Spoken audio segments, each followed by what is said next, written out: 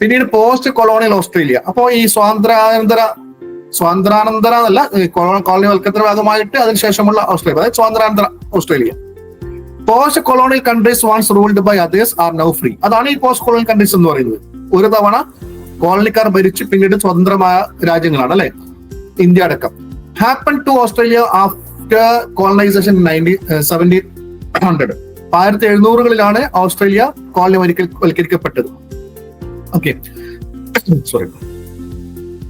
Fort for indigenous rights since colonisation. അപ്പൊ ആ കോളനൈസേഷന്റെ അന്ന് മുതൽ, എപ്പോഴാണോ അവരെ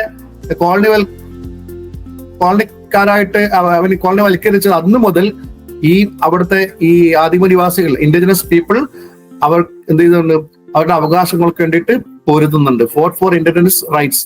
അവർക്ക് അവരുടേതായ തദ്ദേശീയമായ അവകാശങ്ങൾ കിട്ടണം. ഓക്കെ, അവർ നാട്ടുകാരാണ്. Since colonisation progress made.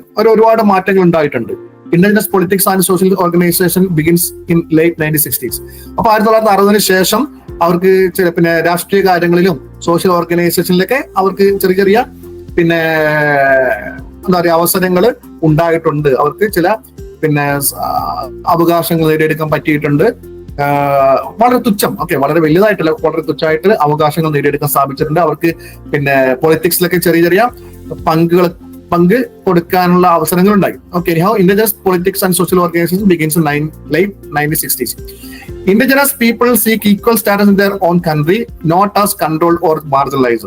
So what they want to get, they want to be taken them as equal as the common people. മറ്റുള്ള ആൾക്കാരെ പോലെ അവർ ഇന്ത്യയിൽ കരുതണം. അതാണ് അവരുടെ ആവശ്യം.